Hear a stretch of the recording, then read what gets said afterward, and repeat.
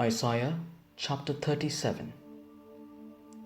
When King Hezekiah heard it, he tore his clothes, covered himself with sackcloth, and went into the house of the Lord.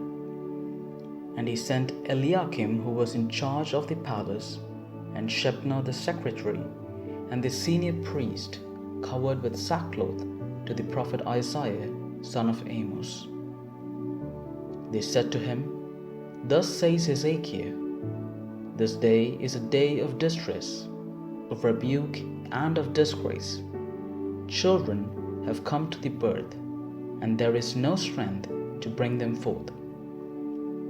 It may be that the Lord your God heard the words of the Rabshakeh, whom his master, the king of Assyria, has sent to mock the living God, and will rebuke the words that the Lord your God has heard. Therefore lift up your prayer for the remnant that is left. When the servants of King Hezekiah came to Isaiah, Isaiah said to them, Say to your master, Thus says the Lord, Do not be afraid because of the words that you have heard, with which the servants of the king of Assyria have reviled me. I myself will put a spirit in him, so that he shall hear a rumor and return to his own land. I will cause him to fall by the sword in his own land. The Rabshakeh returned and found the king of Assyria fighting against Libnah, for he had heard that the king had left Lachish. Now the king heard concerning King Tirhakah of Ethiopia. He has set out to fight against you. When he heard it, he sent messengers to Hezekiah, saying, Thus shall you speak to King Hezekiah of Judah.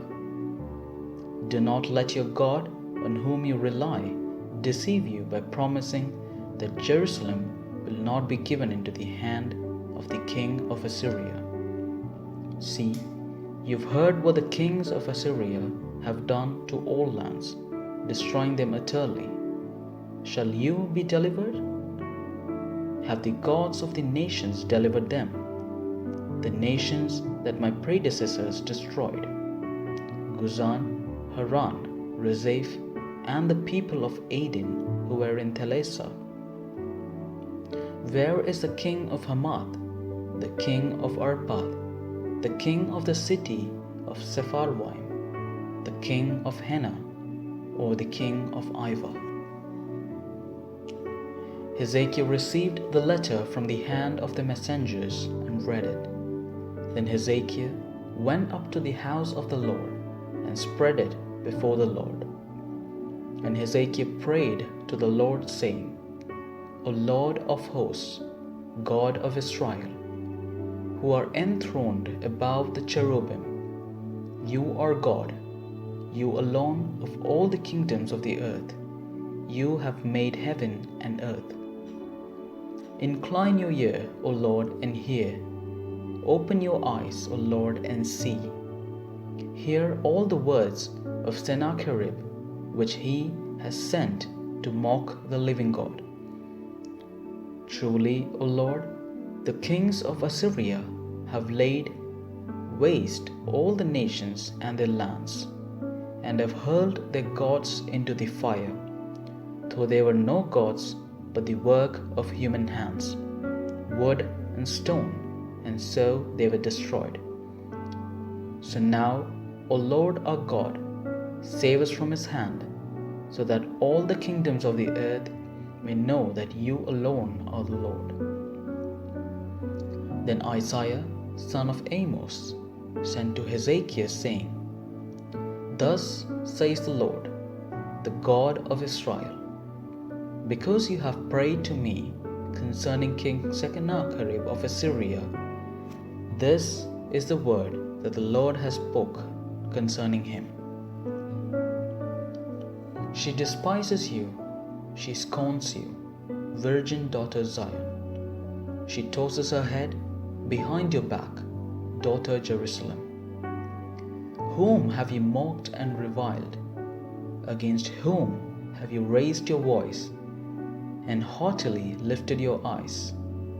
Against the Holy One of Israel.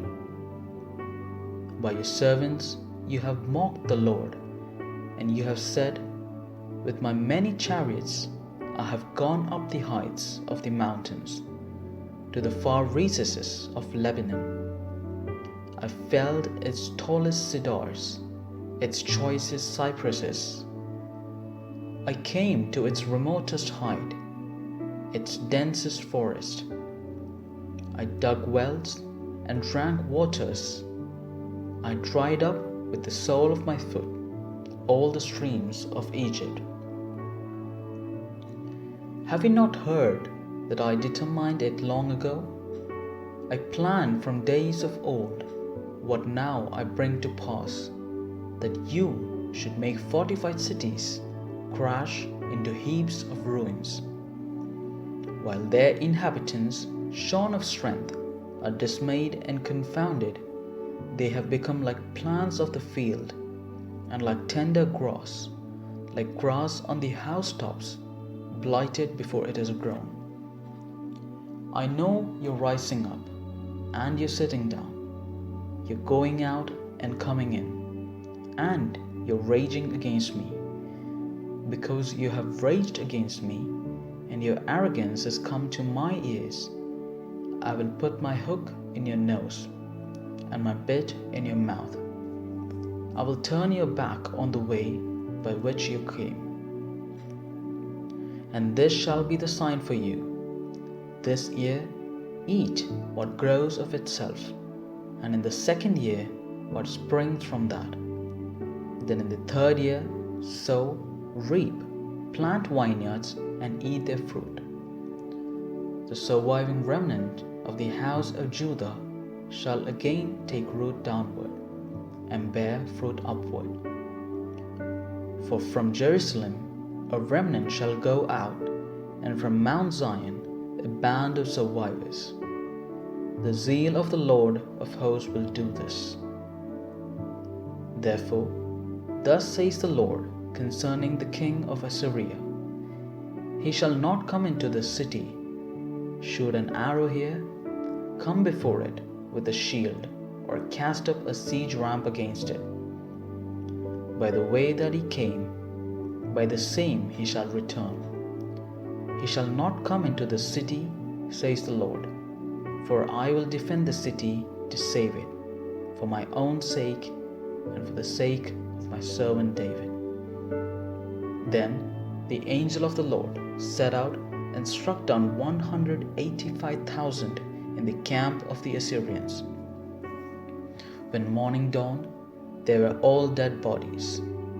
Then King Sennacherib of Assyria left, went home, and lived at Nineveh. As he was worshipping in the house of his god Nisroch, his son Adramelech and Sharezer killed him with the sword, and they escaped into the land of Ararat. His son Esarhaddon succeeded him.